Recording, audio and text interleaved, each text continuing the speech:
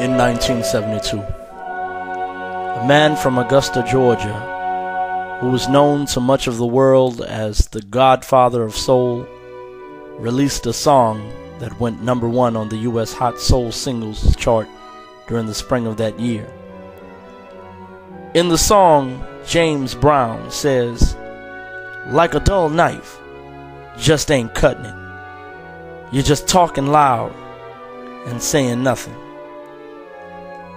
Well, as I read the 15th chapter of the Gospel according to Matthew, these words resonated deeply into my soul. I saw clearly that Pharisees who deeply claimed religion were very lost in their spiritual walk. Jesus considered it very hypocritical, maybe even ridiculous, for these religious folks to be more concerned about a custom rather than seeing the spiritual need and condition of the mentioned man.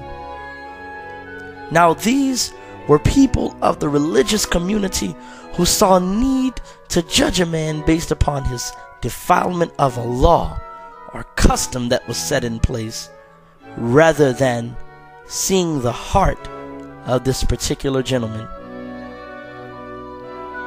Jesus quotes the prophet Isaiah and shows them that their tradition means nothing in the sight of God. According to God, their lip service and tradition was just loud noise because the inner heart was far removed from the presence of God. Therefore, God was not in the noise or lip service that these Pharisees rendered. In the Bible, Isaiah teaches that they presented service and honor to God with their lips because it was the custom at the time and it was acceptable among their followers. However, this was not pleasing in the eyesight of God. For God is not pleased with just religion. Well, if you are wondering or maybe asking, what is religion? It is an organized approach to spirituality, a system of belief. Religion usually refers to rituals or practices associated with a common culture or belief. You see, in religion, we often forget about spirituality because we seek to please what is the norm for our societal standards. And we forget that even Jesus was a radical. And he was a radical because he was not traditional in the sense of the religious structure of his time. He provided an opportunity for all to experience the power of God through a spiritual connection to him. Spirituality allows us to see the reflection of God in ourselves and others outside of what is considered to be the norm. It gives us the opportunity to be more like God and less like man. Why can we say that the Pharisees were talking loud and saying nothing? Because God saw this as foolishness and hypocrisy. Note that Jesus said, "But their hearts are far from me." So what does it mean for your heart to be removed from God? It means that you have no true love or respect to whom you claim with your lips to be honoring. It's vanity to speak what you don't believe. It is vanity to have no true passion for the one who you claim to adore. In order to be considered by God as sincere, adoration, love, and worship all must begin within yourself, in your own heart, before it is spoken.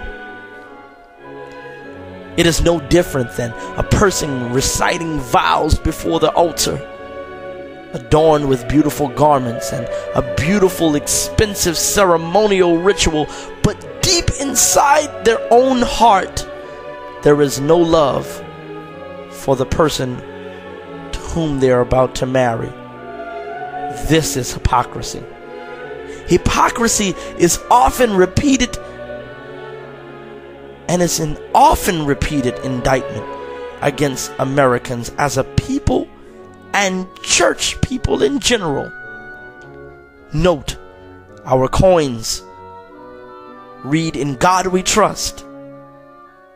Our pledge is, "One nation under God do we boast." But as a nation, neither is true.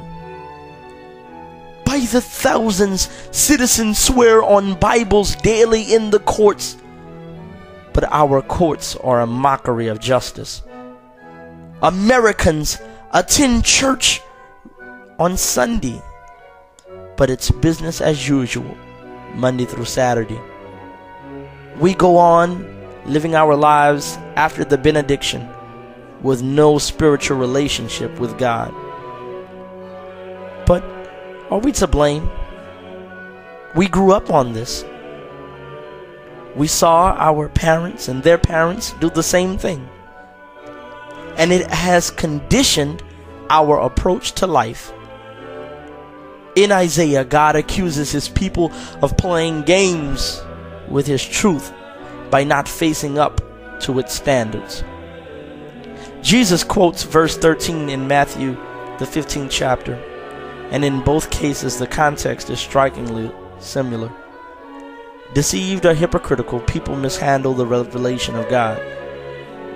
The major problem is that it remains unchecked, and eventually the deception or hypocrisy becomes set as our way of life.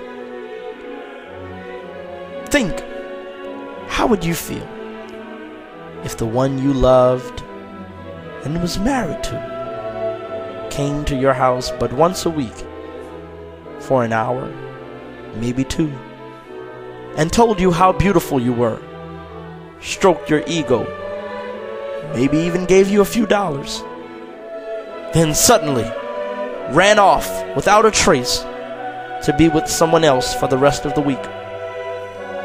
How long would it take before you no longer believed them?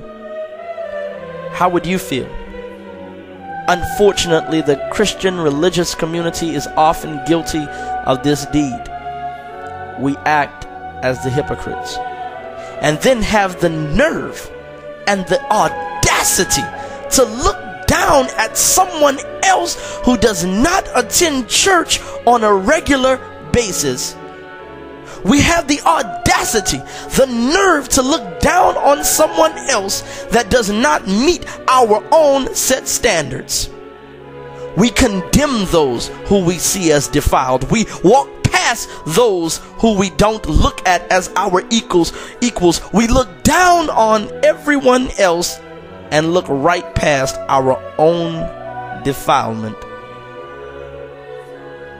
As we explore our own lives, let us look deeper into our own hearts and draw our own daily walk closer to God by relationship building.